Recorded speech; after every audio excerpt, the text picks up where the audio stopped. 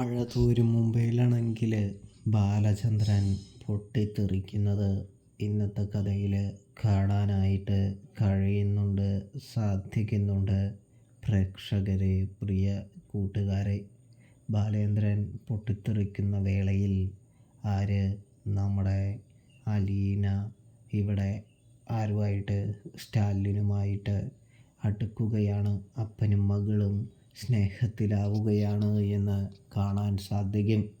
ഒരു സ്ഥലത്ത് കലഹവും ബഹളവുമൊക്കെ തുടങ്ങുമ്പോൾ മറു സൈഡിൽ സന്തോഷവും സ്നേഹവും തുടങ്ങുകയാണ് എന്ന് കാണാനായിട്ട് സാധിക്കും.